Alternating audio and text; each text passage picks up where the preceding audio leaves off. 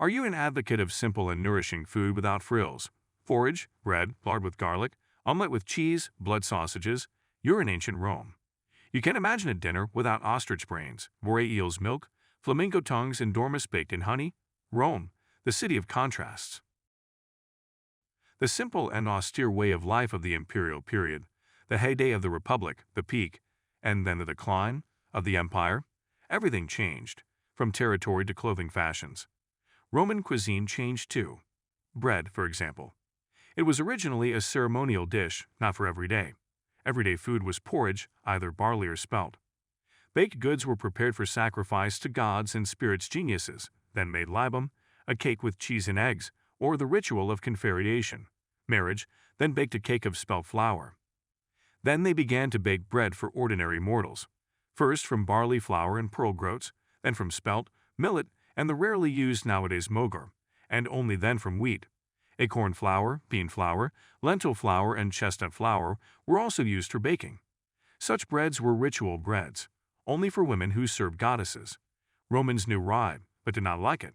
Rye bread was considered bitter and bad for the stomach. They did not like oats either. They were grown for people, not for cattle fodder, only in the Germanic provinces, and that only in later periods. Over time, tastes changed.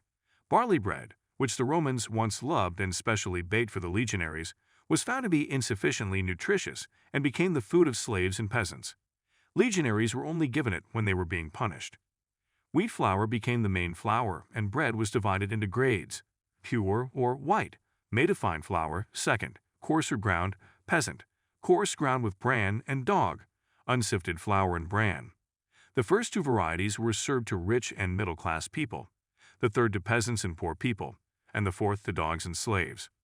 The influence of different kinds of bread on the body was studied and described by the famous ancient Roman physician Galen. He considered bread from pure flour to be the most nutritious and the most useful, with a large amount of yeast in the leaven and well baked. For athletes, he prescribed underbaked bread with little yeast. Old people were forbidden to be given bread with a lot of butter and little honey, as well as unleavened bread. But the elderly and those who complained about their health were recommended bread soup, cooked with wine, milk, or water and vinegar. The Romans had a cool attitude to dairy products.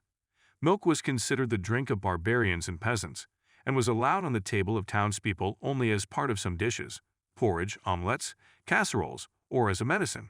It was believed that the milk of mares and donkeys had healing properties. Cream was not known; there was no such word in Latin. Butter was considered a barbaric product. There were plenty of cheeses in Rome, but they suffered the fate of barley bread. At first, Romans loved cheese, both by itself as a dessert and as part of dishes. In pies, pasta, appetizers, cheese was used for stuffing; dried cheese was rubbed into flour, used as a thickener. The trouble with cheeses was that they were cheap. Gradually, cheese became the food of the lower class, and it was important for the rich to emphasize that they could afford more expensive food. More expensive didn't mean more nutritious, of course, but more exotic. And that's where the Romans had no equal.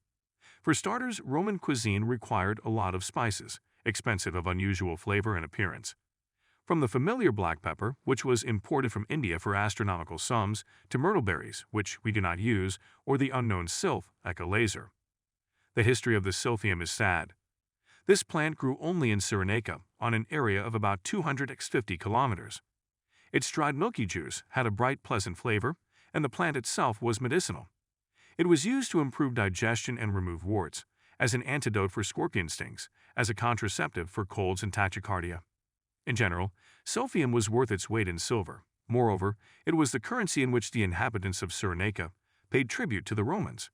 They harvested it in large quantities, not caring to restore the population. And when they realized it, it was too late. They tried to grow it in the Peloponnese and Ionia, but the silphium did not take root there. Already in the I century AD, silphium became extinct.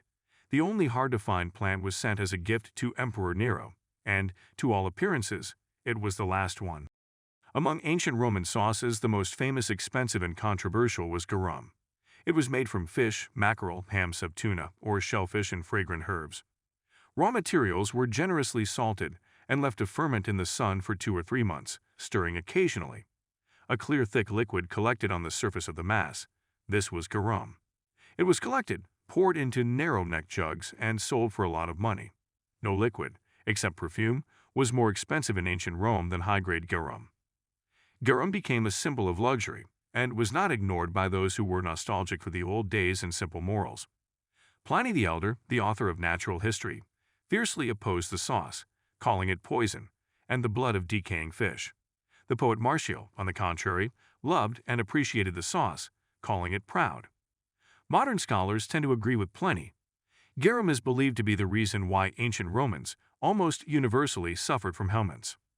However, for a city that produced the most garum in the Roman Empire, if unsanitation was a problem, it was clearly not the main one. August 24, 79 ad supplies from there were interrupted forever. The eruption of Vesuvius, for a millennium and a half buried under the ashes of Pompeii with all their garum. The same Pliny the Elder, being not only a scientist but also the commander of the fleet, saw the beginning of the eruption, brought ships and began evacuating the population, but died himself. It was not only spices that were imported, of course. For example, it was not that Rome lacked its own vegetables.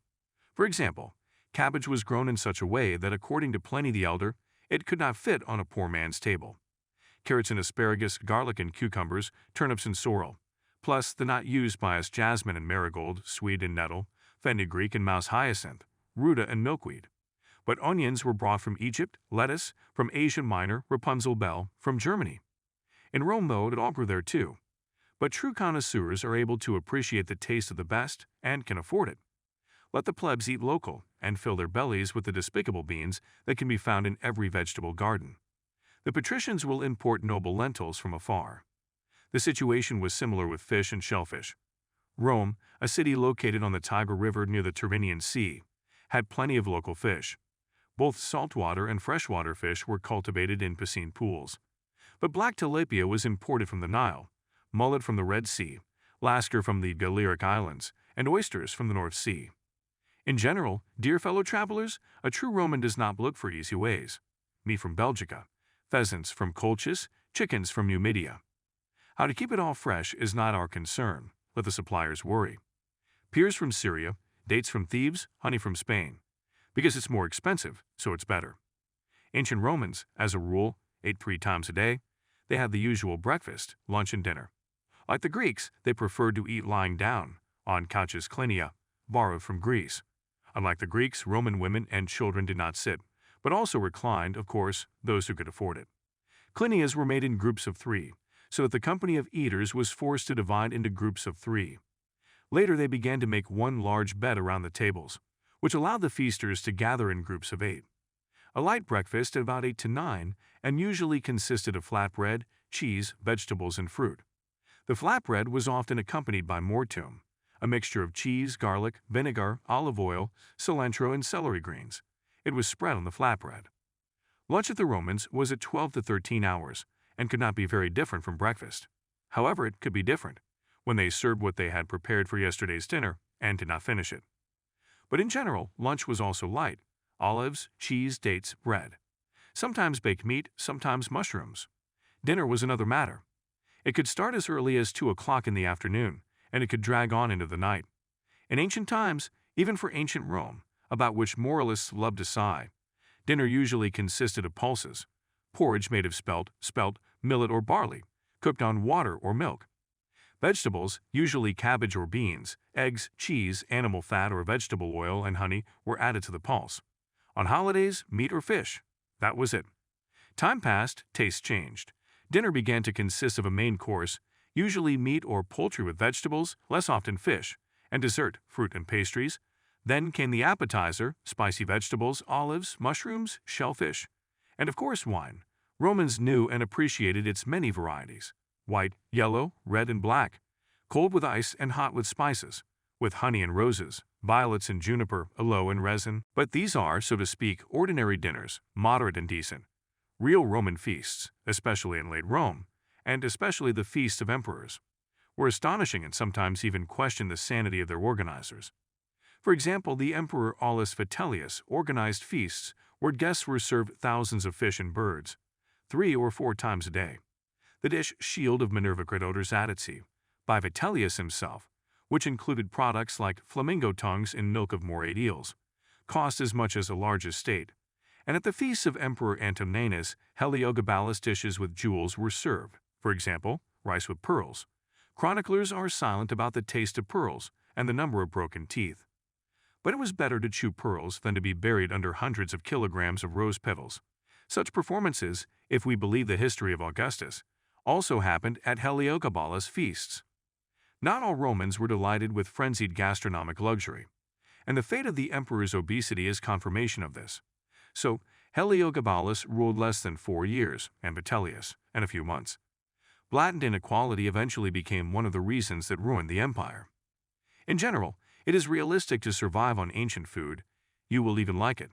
However, you will have to do without potatoes and corn. You have to go to America for that. If you're stuck in the ancient world forever, let's be honest, you'll hardly be able to save the Roman Empire. Better hint to plenty that the evacuation of Pompeii should be started early. Support Aeolian women's equality. Let Sappho do the agitation, she is charismatic. Educate the Romans that lead cookware and lead plumbing is not a good idea. And find a way to pass on the sulfoi in our time. One even dried would suffice. It's awfully interesting to know what the ancient Romans enjoyed so much.